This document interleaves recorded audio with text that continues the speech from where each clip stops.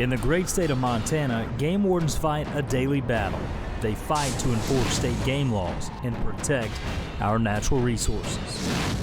Today, Region 4 Warden Brian Goalie gets the runaround from anglers. You should know where you are. Where were you?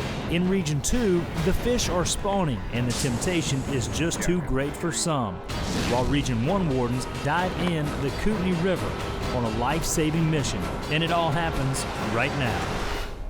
You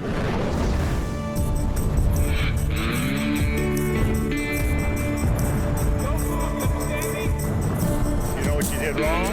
You're before shooting hours. There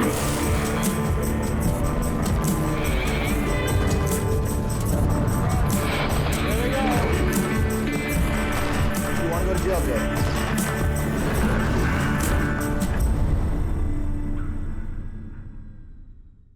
744 south of CMS 31. All right, so here we go. We got a boat rescue, a little kid stuck in a raft at Pelican Point. Dang, I wish we'd have went the other way.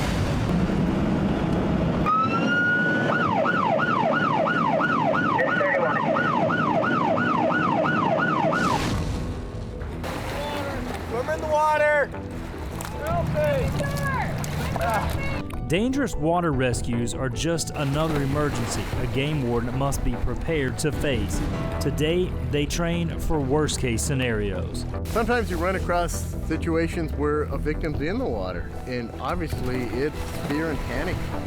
Warden Sergeant John Obst trains Montana's water rescue teams. Today we're working with Dave & Thompson Search and Rescue over here in Libby, Montana, and we've been developing with them a Swiftwater Rescue class. The whole purpose is to get them real familiar with moving water such as the Kootenai River here, or even small lakes and streams that sometimes can develop into high risk, high potential for getting entrapped or swimming in the fast water. Go ahead and pair up. Try and see if you can max out the rope bag so you know your distance. Today we're gonna simply start out with throw bags. And rope throw bags are probably the most useful tool that people can have on the boat or wardens in their vehicles. It's a way to reach out into the water instead of actually getting wet. Throw the person a rope and bring them into shore. Victims struggling in cold water can put up a dangerous fight. Wardens must learn to react and get swimmers back to the shore safely. But anticipate the moment he gets tight on that rope, you're gonna feel his body weight and current pulling on you. Your objective is to pendulum him in. And let the current do the work and bring him in. If you look here, here's a big eddy right here. See that turbulent water? That's the eddy fence. And it's got a big eddy. If you know the river and know how to read it a little bit. From the rope, though, we kind of progress into, say, victims in the water who can't help themselves, who wouldn't be able to grab the rope. He's either cold, hypothermic, or he's unconscious. So you're gonna have to go get him. That's what we call live bait. It's gonna be you going out and getting that swimmer.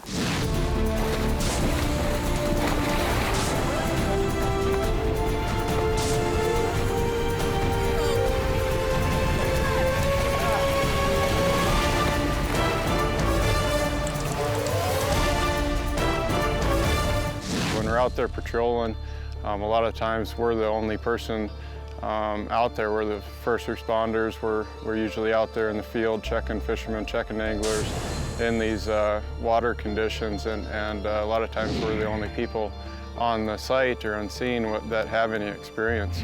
Don't be so committed to the land.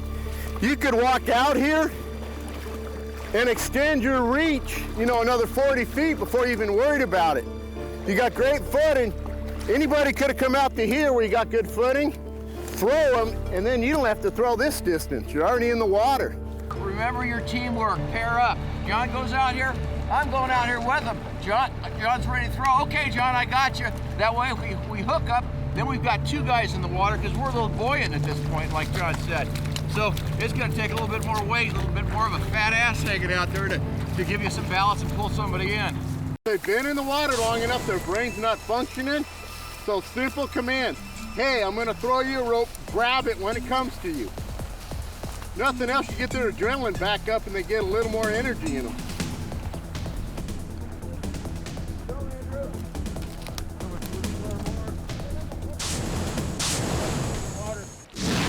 While Region 1 wardens train, Region 4 Warden Brian Goalie gets a report of a young boy struggling in the Missouri River. It's spring in Montana, and cold snow runoff from the high country drops temps in the rivers to dangerously low levels. All right, well, I'll be coming as fast as I can. I might see you there. Look. Wolf Creek, Montana. In Montana's Region 4, State Game Warden Brian Goalie races to the scene of a reported water rescue. Dispatchers say a small boy is adrift in the cold Missouri River. He's conscious and alert, no injuries, here with Grandpa, he's doing fine. So the little kid is safe. Warden Goalie drives to the scene to try and figure out exactly what happened. How are you doing? Did you do that all by yourself? You not know how to drive it or what? I know how, it's just it quit on me when I tried to get pulled up to shore. Huh? And then it wouldn't start. Did he just take off by himself or what? Well, we drifted off right here. I got in, started the boat, and everything was running. Uh-huh. And then we unhooked it. And I tried to pull it up to shore. And he was just going to pull it in. Uh-huh. When he went to go forward, it killed on him. And when I got back, he was out there, maybe 30. Okay. And I'm explaining to him what to do. Well, as he was to choke it, you got to push the key in, and when you're turning it, and he was pushing it in, he probably. This young boy was helping his grandfather launch their fishing boat. That's when the boat motor died and drifted away. I know how to start the boat. It's just it quit on me and it flooded. When you first started up, you got to choke it, and that's what he was probably pushing in, but it had already been running. Yeah, well, that happens. I kept talking to him on the phone, and he'd get panicky. I said, "You're okay as long as you're staying in the boat. Eventually, you'll come to shore." Right. And then his phone went dead. So I had walked all the way down the shore, and then where they got the big island down there, I couldn't really cross, and he was drifting across. So then he was just from that big electric pump, he was probably a quarter mile downstream. So then that's when I walked across that field, and he was already standing on shore with the rope with the boat. Bounced right in there then. Lucky, I guess. I thought it was a little raft, though. It's a big boat. Yeah, it's a little jet. Bigger boat. I thought it was just a little raft with no motor on, is what they said, but that's not what it is. Yeah. Well, a couple of things that I just wanted to educate you on is, of course, he cannot be in a boat when it's by itself because he's not old enough. Mm-hmm. And number two, you got to have kid life jackets. And do you have those on there? Yeah, Yes, we just took them off. Okay. All right. So that's one of the reasons why you can't, under the age of, they can't be in there. Okay. Although the boy is too young to legally drive a boat alone, Warden Goalie decides a verbal warning is enough. Because he's just too young and he didn't know how to do it. But you're just unloading your boat. I understand that. It was just an accident. So not the end of the world. We just want to make sure he was okay. Okay. All right? Almost the end of me, though. No, you did really good. You didn't panic. And now you know what to do next time, right? Yeah. So you're okay then. We're out of here. Okay. Thank you guys, okay? Tell them Good luck. thank you. Thank you. See you later. I'm glad you're okay. How are you doing? Good. All right. Back in Region 1, wardens train for worst-case water rescues. Sergeant John Opes trains Montana rescue teams. Along with rope and swim rescues, teams train to navigate what rescuers call strainers. This simulates a strainer. We're gonna hang that in the water, just so the water's just barely breaking over it, and you gotta swim up over it. And a strainer is just any object that's in the water that you can get entrapped on that will pin you against it, such as bridge abutments. Most common around here are trees that have fallen in the water. But what we want to do is teach people not to get pinned up against it, but to come up to it as quick as they can and leap over it, basically swim over the top of it. It's a really tough drill. It's one that is hard to actually manipulate and do. But we need people to be so conscious of that they avoid them at every chance possible. You're not gonna beat it by jumping over all the time. The best way is just to completely avoid it. This is tough training that takes a toll on rescuers. We had some really big guys here who think you can muscle over it, but you're never gonna muscle over and beat the hydraulics, the effect of the water on it.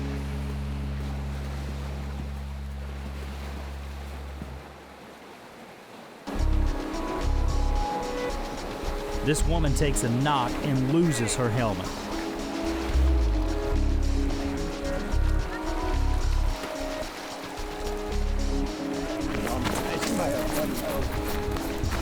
Check her nose!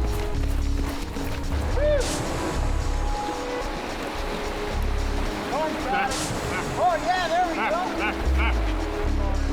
Oh, it is good. Helmet. Obviously, our wardens do a lot of work out there on the rivers and on the lakes, and a lot of times they do work by themselves. Occasionally they get to work with pairs. So I want to make sure that all the wardens that we have out there come back safe. And then if they run across the situation, they know what to do and they have the right tools and equipment and training to make sure that they can do a rescue without hurting themselves or the people that need the help. After the long Montana winter, anglers are itching to get outside. But it's still early spring in Montana, and only certain areas are open to legal fishing. Georgetown Lake remains closed due to the area's critical spring spawning habitat. Warden Terry Alouse is on patrol protecting the resource.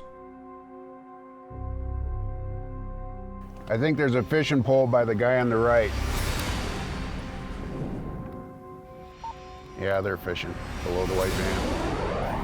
Coming up, wardens confront anglers. There is an issue here, Cody, with this fact that the lake is closed this time of year to fishing for spawning. Anaconda, Montana. Spring fishing is closed on Georgetown Lake. It's home to key spawning habitat, and just downstream sits the state's Washoe Trout Hatchery.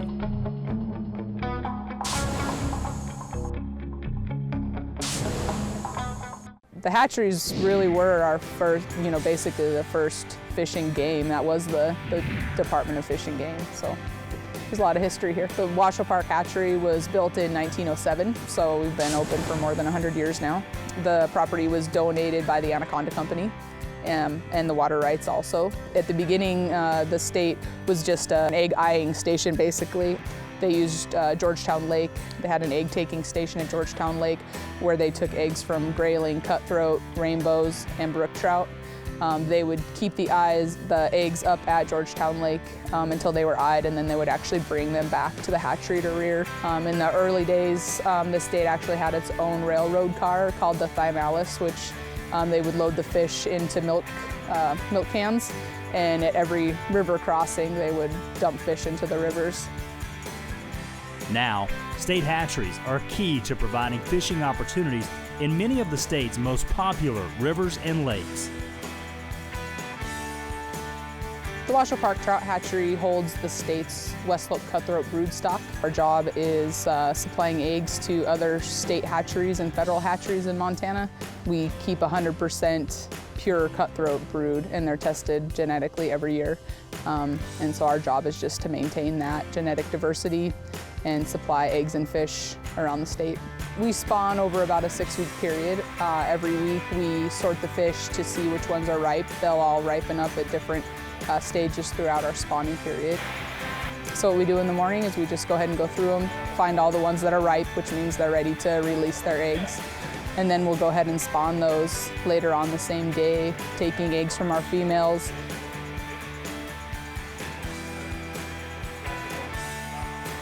And then also milt from the males, making production eggs. So those are a cross of 3-year-old females and 3-year-old males. Those fish will just be used for sporting purposes. We want his genes, guys.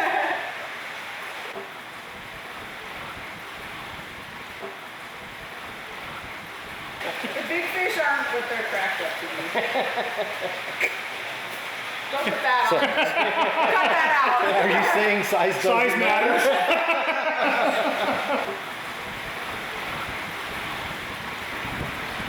Carrie's adding the pooled sperm from 10 males, and then she'll add water. The whole fertilization process takes about 15 seconds. You don't see that on Martha Stewart. So what we do after fertilization is we rinse the milt off the eggs, and then we place the eggs in an iodine bath for about 30 minutes. We call it water hardening. When the eggs are in the water hardening process, they want to soak up as much water as they possibly can. So what we do is we put them in the iodine, hoping that they'll soak up some iodine into the egg, and then that will help them kill any bacterial diseases that could possibly be in the egg, and also on the outside of the egg. After fertilization, water hardening, the eggs are transferred into the incubation room. The eggs will be eyed up, which means you'll actually be able to see the eyes inside the egg after about 12 days. From eye up to hatch is about 9 days. From hatch until they actually swim up and are ready to eat food, it's another 14 days on top of that.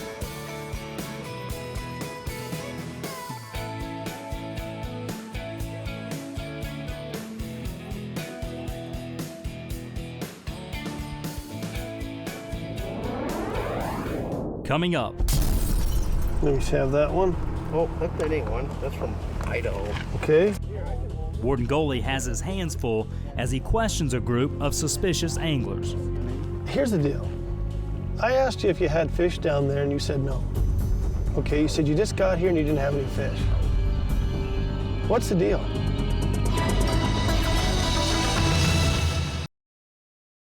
Georgetown Lake, Montana. In Montana's Region 2, State Game Warden Terry Alouse keeps an eye on anglers. Georgetown Lake remains closed to spring fishing. Even so, Alouse spots several fishermen. I'll turn a little better angle here. They're all down on the shoreline. Wardens often use high-powered optics to keep an eye on people from a distance, and it prevents the wardens from being discovered. Green shirt just handed the pole to the middle woman who just now cast. And now all three of them are fishing. In Montana, fishing in closed waters can result in a fine of $135. He's working, setting up a third rod for himself, give his to her. After the warden confirms these people are in fact fishing in a closed area, he drives down to confront them. Hello, it's going all right, yourself? You guys been here long? Have you? Pretty day to be out and about in anyway. Yeah. Need to trouble you for a fishing license if I could. All right, and they have their licenses down there, you think, with them? I'm not too sure. I can bring them up here for you. I can go down there and ask her too, no problem. I'll come right back up here. We'll get a look at theirs and I'll get you this license back. Okay. Guys, one of the reasons I needed to talk to you today, other than checking the licenses, is I'm wondering if you had a chance to look at any fishing regulations or if you had any with you. Do you have some with you? Yeah, they're in the back seat. There is an issue here, Cody, with the fact that the lake is closed this time of year to fishing for spawning.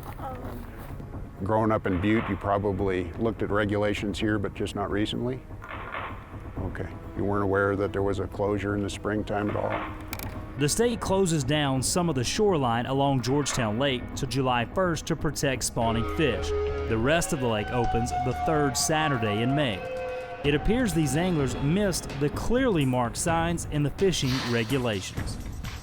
Here we go. You look on Georgetown Lake here. First sentence is open third Saturday in May through March 31. So that's a week out. You just haven't been up here much recently, it sounds like. Yeah, I haven't really been back this way for a while. You're gonna probably want to double check these. Okay.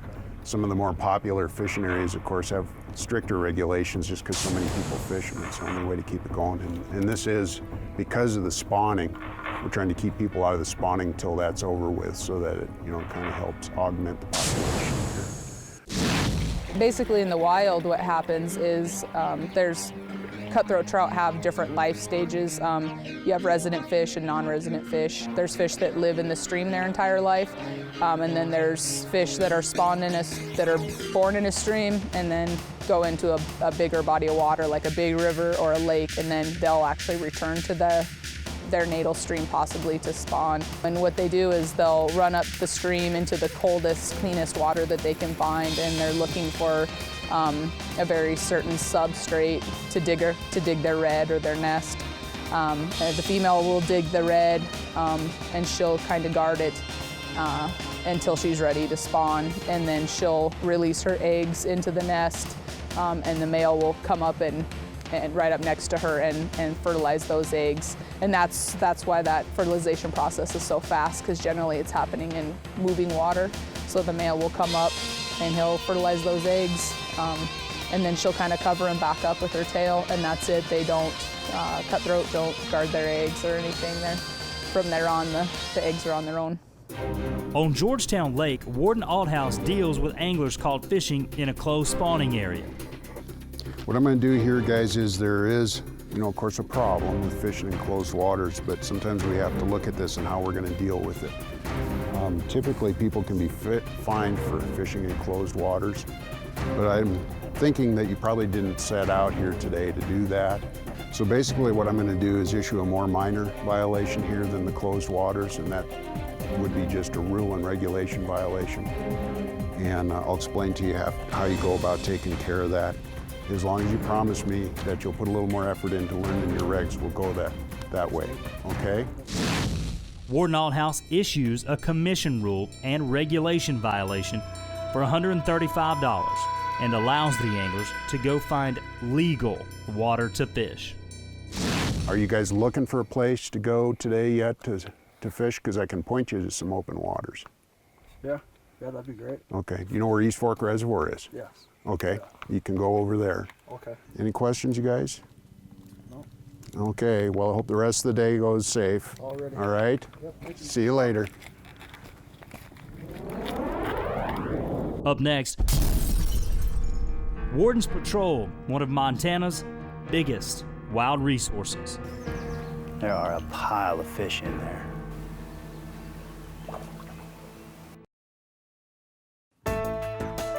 You're watching Wardens only on Outdoor Channel. Today on Wardens, State Game Warden Brian Goalie received a call of a young boy adrift on the Missouri River, while Region 1 wardens were training for just that type of rescue. In Region 2, Warden Terry Alouse protects the delicate spawning areas of Georgetown Lake. And now, back in Region 4, near Craig, Montana, Warden Goalie patrols the Missouri River.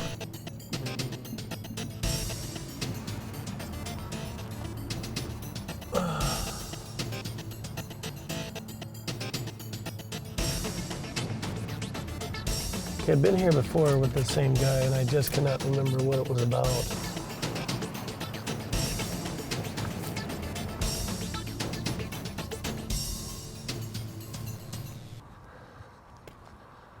Hello. How's it going today? Good. How's fishing? Crappy. Pretty slow, huh? Not so good out here today. Looks like you're already cooking. After lunch, he stops two anglers to check licenses. No big fish to show me today? No, we found a dead one in the water when we got here. Well, Tossed them up there for the birds to eat. That happens, doesn't Big it? rainbow, actually. Really? Was it a fresh kill? Or? No, he was a bit too old. Yeah, he's laying right up there. Look at that, steaks cooking. We hit this just right. Yes, sir. They both have valid Montana fishing license, but both men are fishing using 2 poles apiece. You guys, you know how many fishing poles you can have here? 2? Yeah, it's 2 One. between... 1? 1. Oh, really? Yeah. I've met you here before, haven't I? Yeah.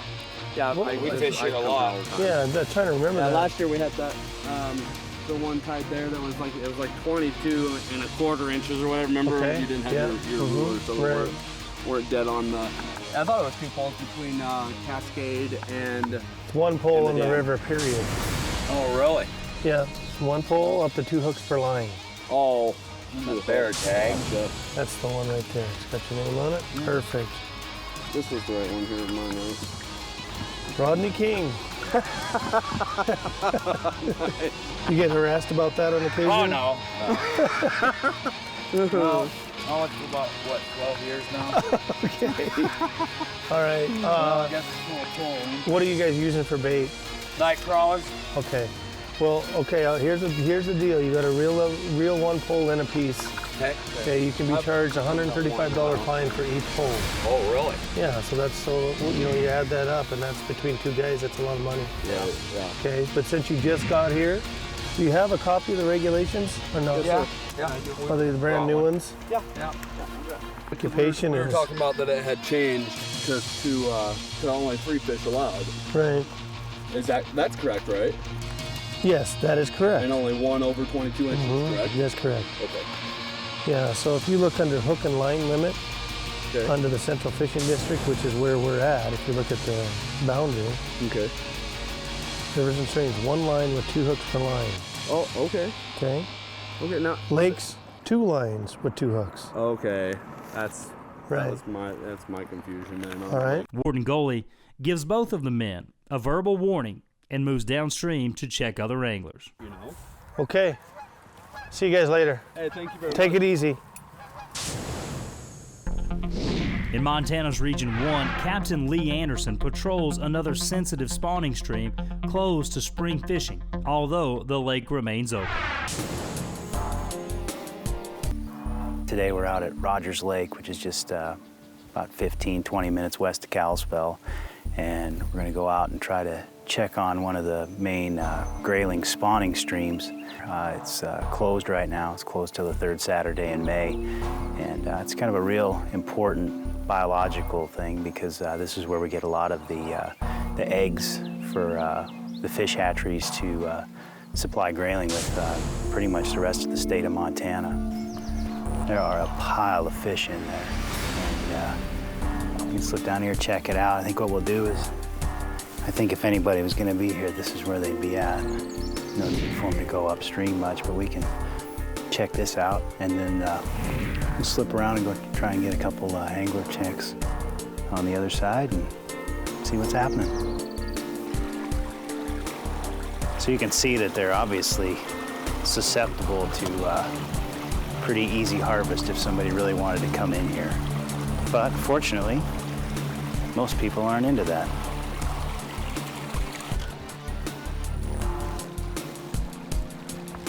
Warden Anderson uses optics to spot nearby anglers. How's it going? Oh, I can't complain.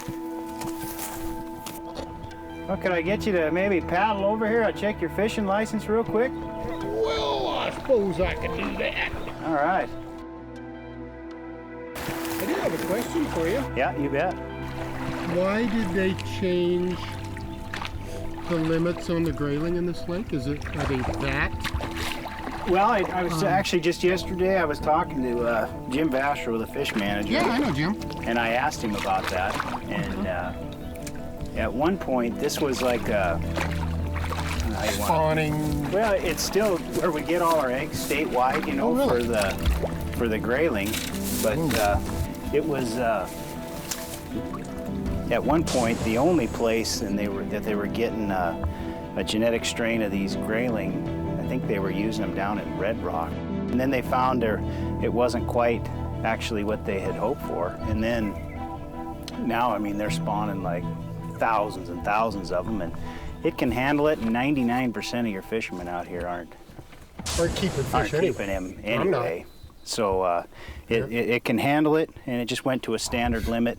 Keeps it more simple, you know, across the board, and the resource can take it. So I mean, I like it. I think that's in that's it in a nutshell. It was surprising.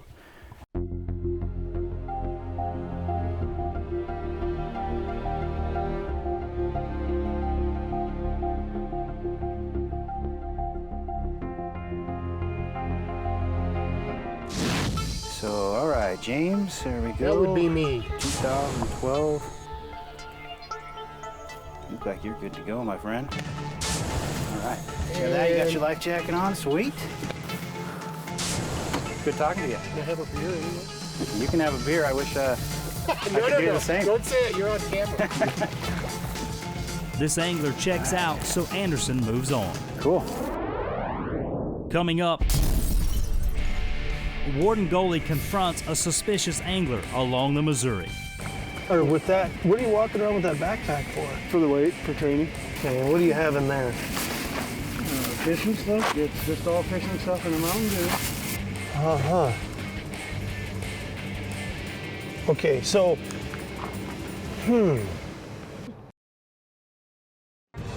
Wolf Creek, Montana. Near Holter Lake Reservoir in Region 4, Warden Brian Goalie stops a suspicious car. Good day or good evening, huh? Here, I'll help you out there without trying to blind you. Let me just have that one. Oh, that ain't one. That's from Idaho. Okay. He wants to know if these anglers have a valid fishing license. Immediately, the warden realizes the story isn't quite adding up. That's your deer license. I know you got it. Okay, Daniel, there it is, Daniel. Sportsman, there you go, sir. I just need to check your fish. Are we missing one person? Missing a person? Yeah. Oh. I thought there was 3 of you. Oh, there's a friend of ours running around up and down the bank. Oh, he's just trying to catch his limit? Well, no. Nope, okay. So that's your guys' limit? Yeah, I got 3, he got 2. Okay. And the other guy is where now? You said there's another guy fishing, right? Yeah. Okay. I don't think he's fishing, to tell you the truth. So when I talked to you down there, you said you didn't have any fish. So what's the deal? No, I said I just got. Yeah, I asked you if you had any fish, and you said no, I just got here. Yeah. Oh, I didn't. So it was a little confusing.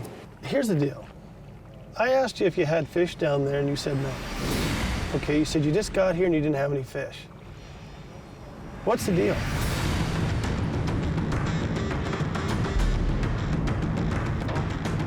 Dan, I'm going to tell you something. Yeah. If you're lying to me, it's going to be a problem. This is 2 fish. Well, we just got here, and I caught the fish. I mean, that's... Dad, I asked you down here if you had any fish, and you said no, I just got here. Oh.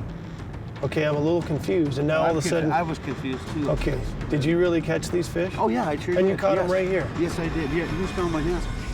Okay. The warden's not getting a straight story, and now another angler is missing. And where's Randy at? I don't know. We'll have to find him. Is he a fisherman too? Oh, well, he's a walker. He's just come along. Has he been fishing today? Randy? Yeah. I don't think he has. Okay, has he or has he not? How about yes or no? Has he been fishing or has he not? Well, I haven't been with him 100% of it. Is this his car? No, this is Bill's car. Okay, did you all come here in the same car? Yeah, we did. Why don't you just come stand over here and we'll just wait for Randy. The warden still wants to see this angler's license. Here, I can hold it while you get that open. Yeah, if you hold it so I can see in that crack. You see? Because the handles broke off. Yeah.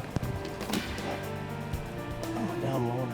There it is. Oh, I see what you're looking at. There you go.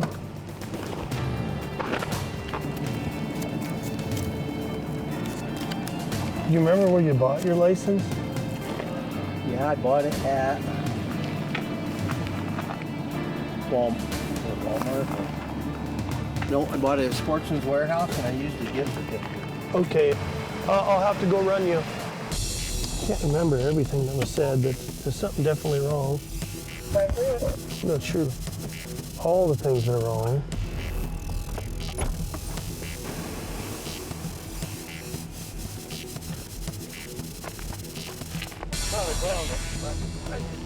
I can't get on the computer right now, so I'm going to have to run you later on. Okay, so all that information is current. As long as you have it, I'm good. I have no problem with that. Yeah, okay? I do. All right. Warden Goalie accounts for both men's license and fish. Still, something smells fishy, so the warden heads upstream to find their third fishing buddy. He's totally lying. Something's not right here. Phillipsburg, Montana. State Game Warden Terry Alouse checks anglers along Georgetown Lake. The season doesn't open till the 3rd Saturday in May, and parts of the shoreline are closed till July 1st to protect spawning fish. A warm spring day tempts anglers, and Alouse stops several parties fishing the lake. How are we doing? You can't have been here all that long today. No, just a few minutes. Wow, what do you got there? You're gonna keep you cool? Just what you needed. My license is in the bag there. All right, there is an issue here we need to talk about. Do you have a set of fishing regulations? Just got it, yeah. Do you have them with you? Yeah, I just got them right there. Okay, well, why don't we grab those? I want to show you something there. Did you happen to look at the sign here as you came in? No. The one that says attention fishermen? No. Okay. Here's Georgetown. You see what the first line is there? The first sentence? Third Saturday. Third Saturday. Right, that's the issue. It's your fishing Is it lots. tomorrow? No. Third Saturday would be the 19th this year, so it's about a week out. Seems this angler missed the posted season signs too. Here's where the dilemma I kind of find myself in. When we come up here and there's people fishing in the closed area for spawning, I'm pretty much expected to address that as a violation. But what I try to do is figure out whether it's deliberate or not. Yeah. And that helps me decide what I'm going to do. And I guess I'm guessing that it's not. Yeah, I didn't deliberately do this. Here's what we're going to do, probably issue a more minor violation for commission regulation violation and ask that you look at your regs more to avoid getting into a more serious situation. Can you do that? A citation is issued by Warden Alouse. Later that day, he spots another couple fishing. Yeah, he's got a pole propped up. I'm guessing it's out right now. He moves in to have a chat with this couple. Hello. Tony, how familiar are you with the regulations here? A little bit. So you're aware, for example, of what limits are, season dates, that kind of thing? From my understanding, the dates change a little bit, but from my understanding, the fishing starts in February. Just basing that on when you've read the regulations in years past? Okay. We do have a little bit of an issue here with the fishing season. Oh, really? We're not to it yet, which is probably why you're not seeing other anglers here. You do have your licenses, and we appreciate that. But what we have to do here is, when I come down to ask you these questions, it's because I'm trying to figure out whether you knew it was open or closed, or whether you didn't. Obviously, it's more serious if you knew it was closed and you went anyway. And I guess my gut feeling is that you don't know. We wouldn't be here. That's what I feel like. And I will say, though, there is also, some responsibility in your part to put a little effort into reading those. Alouse issues another commission rule and regulation ticket, which, you guessed it, carries a fine of $135. All right, you guys be safe for the rest of the day.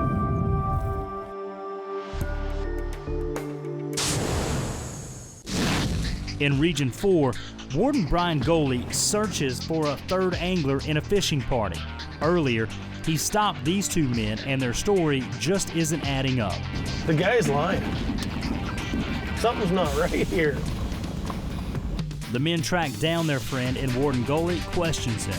What are you walking around with that backpack for? For the weight, for training. Uh-huh. Okay, so, all right. Can you open this part of your pack? I was gonna go fishing, but I couldn't get a license. Okay. I went everywhere in town today to get a license, so I couldn't get one. Okay. Okay, what do you have in there? Fishing stuff, it's just all fishing stuff in the Mountain Dew. Okay. This is my hooks and sinking. Okay, in the Mountain Dew, no problem. What's in here? Hooks and sinkers. Okay. You don't have any guns or anything in there? No. Okay. But you don't have any fish or anything in there? Okay. So you went fishing today, right? Earlier today, yeah, but it's like... Okay, have you handled any fish today? Bear fish. The more the warden questions the man, the more his story doesn't add up.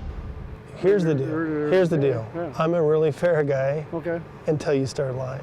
Okay. Don't lie to me. Okay. Just don't do it. Here's what I want to know. How many fish did you catch today? No. You've never caught any of these fish? No, I didn't catch any of the fish, no. When I'm driving down the road, are you sure you didn't grab your pack and run up on the hill? Grab my pack and run up on the hill? Yeah. When you repeat something, you know what that means to me? Right. It means you're lying. Okay? I asked you a question, and I'm getting tired of you lying. Okay. I asked you to be honest, and I told you if you're honest that I was going to be a gentleman with you. When I'm driving down the road, did you take off up the hill?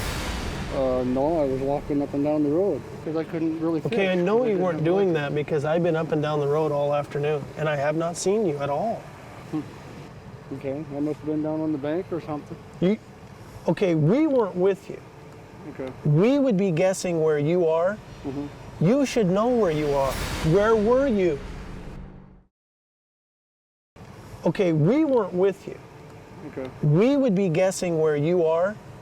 You should know where you are. Where were you?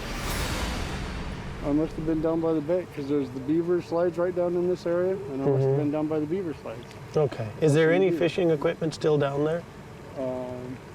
No, I left my fishing pole somewhere up here somewhere. Okay, you don't have any guns or knives on you? No. Okay. I had a razor knife. That's Yeah, we'll just leave it utility there. knife. Okay, that's it. Here's my pole. Is it? Should be above the cliff. That's right there. I see it. It's right there. There it is right there. Okay. How many poles do you have? I have 3 Okay, why are they all laying right here? because I couldn't fish and I just threw them up here. Okay. Jesus, Randy. I mean, okay, so you got a fresh worm on there. Okay, and you got a lure on there. So did you have one in the water and using the other one at the same time? No, never more than one pole at one time. No, I want to know where your fish are too. Okay, there are no fish. When are you going to tell me that you got scared and threw these up here because you saw me and you didn't want to get in trouble? Because we're not done until you do that. Because I need to know if you're an honorable individual that's going to tell me the truth. Okay, whatever. I threw them up there a while ago. I don't remember how long ago it was, but it was just recently a while ago. Okay, is it because you saw me, the game warden? Yeah, basically. Okay, so now, you... I tried to get a license. Hey, listen. The only reason you're being questioned right now, you know why? Because you're lying. Not because you couldn't find a license or that you don't have a license. And I didn't even... Okay, I believe that part of your story. You have to give me a chance to hear your story to make a decision on what's going to happen. Okay. But here's the deal. You couldn't find a license, okay? You couldn't buy one because the system's down. Yeah. You came out here, you saw me, and you threw your stuff in the brush because you saw me. Then you stand here and you hide and you lie. All right, guys, got it figured out. Okay. Did he stop at the store and try to buy licenses? Every store on the way out here. All right. And I'm sorry I misled you from the beginning. After questioning all 3 men, the warden finally gets to the bottom of their story. Okay, here's what I'm gonna do. I'm gonna write this stuff down. I want to make sure that I do this consistently with all people that had a problem today with the license system sales. Okay, you know how easy this would be if you just came up and said that? You'd already be leaving. But the hiding and all that does is tell me that, you know, you don't respect the law, okay? That's not good. Obviously he's scared, and it's amazing what people will do when they're scared, but it's also amazing what they'll do, you know, to try to get away from getting caught. And why take a chance like that? And it's probably because his friends drove all the way up here. Control 541. I wish he would have just told me the truth right off. Hey, Randy? I'm gonna do a little research on the ALS system being down, and then I think I'm gonna think about what to do here, you know. You did finally tell me the truth, and I do appreciate that, and that does mean a lot. And I'm a little upset with you hiding like that, and I kind of want to write you a ticket for it, but at the same time I want to think about it and take into account what you said. And if you ever get contacted by the game warden or any law enforcement, do not run and hide. And your friends were lying for you too, so they must be, you know, good friends, I guess. They were protecting you. Okay, you're free to leave. No citations were issued, and this group was sent on their way.